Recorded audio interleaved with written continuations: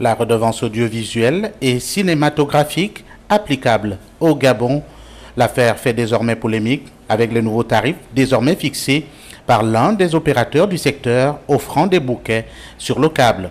Il faut le noter, cela aurait pu passer comme une lettre à la poste, mais la vigilance de nombre d'abonnés a suscité la polémique, à en croire cette saisine des responsables de cet opérateur par un compatriote qui, ne justifiant pas une telle hausse des tarifs, a tout simplement décidé d'attirer l'attention de cet opérateur et même de la Direction générale de la concurrence et de la consommation. Dans un contexte qu'est celui du Gabon, la vigilance de ce compatriote se justifie. Le Parlement a voté un nouvel impôt au Gabon qui est la redevance audiovisuelle et cinématographique. En votant ce nouvel impôt, le Parlement a décidé dans son vote que ce sont les entreprises, les opérateurs audiovisuels qui devaient payer la redevance. Et le Parlement a même précisé que les personnes physiques, les ménages, donc les clients, ne devaient pas payer la redevance. Ils ont dit qui sont les redevables et ils ont dit qui est exonéré d'impôts. Il se trouve que les opérateurs, et je prends celui chez qui je suis client, c'est-à-dire Canal+, a décidé de faire payer cette redevance à ses clients. En droit, c'est illégal. Il se trouve que dans notre pays, il y a une administration qui est chargée de protéger les consommateurs contre les pratiques illégales. C'est la Direction générale de la consommation.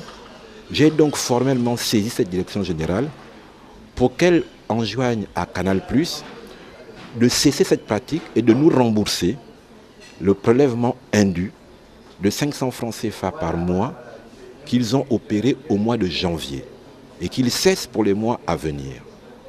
On peut penser que 500 francs CFA par mois, ce n'est pas grand-chose, mais comme je dis aux gens, c'est 6 000 francs par an, c'est 1,5 kg de poisson, pour un ménage c'est beaucoup, et que ce n'est pas au ménage de payer cette taxe, c'est à Canal de payer cette taxe. Ce n'est pas nouveau chez nous. Il y a des taxes qui sont payées par les clients et les ménages. C'est par exemple la TVA est payée par les ménages. Et nous ne contestons pas le fait de payer la TVA en droit. Nous pouvons contester politiquement, économiquement, mais en droit, nous ne contestons pas. Là, la fameuse RAC doit être payée par les opérateurs audiovisuels. Saisine formelle, selon Jean-Gaspard Toutoumaï, à chaque acteur de prendre ses responsabilités. Au Gabon, en 2008, lorsqu'on met en place l'assurance maladie, on crée la redevance obligatoire d'assurance maladie, qui constitue un prélèvement de l'ordre de 10% aux opérateurs de téléphonie mobile. À aucun moment, ils n'ont inscrit cette taxe pour leurs clients. Les opérateurs de téléphonie mobile ont absorbé la taxe en grignotant leur marge parce que c'est ce que le législateur avait demandé. De la même manière, il faut que le gouvernement et les opérateurs comme Canal+ et les autres comprennent que les 500 francs CFA par mois ou 1500 francs comme c'est inscrit dans la loi doivent être payés et supportés par les opérateurs et non par les clients. Il s'agit de se répartir la charge fiscale du pays. Les individus, les ménages, les personnes physiques payent leurs impôts, les entreprises payent les leurs. Il n'est pas question que les entreprises fassent payer directement aux clients les impôts qu'elles doivent payer. Donc nous avons demandé à la Direction générale de la consommation de le faire, mais si jamais le gouvernement, qui là se porte complice en fait des entreprises, venait à ne pas le faire, nous allons saisir la justice. Parce que juridiquement, et ils le savent tous, ce que Canal+ est en train de faire aujourd'hui au Gabon est illégal. Le gouvernement, qui énonçait un certain nombre de mesures pour soulager les ménages déjà asphyxiés par la crise financière, semble vouloir fermer les yeux aujourd'hui sur cette façon de faire, considérée comme de l'arnaque et qui en réalité ne se justifie pas en pareilles circonstances. La qualité coûte cher. À cela, deux choses. Oui, elle coûte cher. La question qu'on pose après, c'est qui paye? C'est ceux que de manière illégale, ce pouvoir et Canal+ et les autres opérateurs sont en train de vouloir faire. C'est-à-dire que ce qui doit être payé et supporté par les entreprises, ils veulent le faire supporter par les ménages. Je veux bien que la qualité ait un coût. Et je vous disais deux choses à cela. Si c'est la qualité de Télé Gabon, si la qualité c'est dire bongo oye tous les jours, c'est gentil. Mais ce n'est pas de cette qualité qu'il s'agit.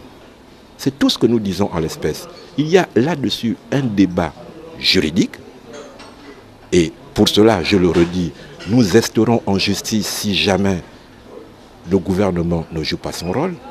Et il y a un débat économique.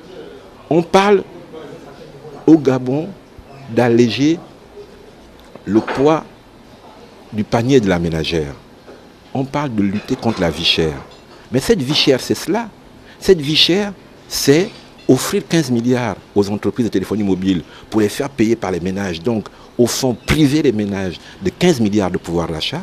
Cette vie chère, c'est les 4,5 milliards de la redevance audiovisuelle et cinématographique qui doivent être supportés par les entreprises et qu'on veut faire supporter aux ménages. Je veux bien que le directeur général de la consommation mette son joli gilet bleu pour aller au marché de Montbouet. Ce que je lui demande, c'est de prendre son costume et d'aller chez Canal+ pour leur dire de cesser leur pratique. C'est donc parti pour que la polémique enfle dans les prochains jours. Le gouvernement va-t-il faire le choix de minimiser la volonté des populations? Seul l'avenir le dira.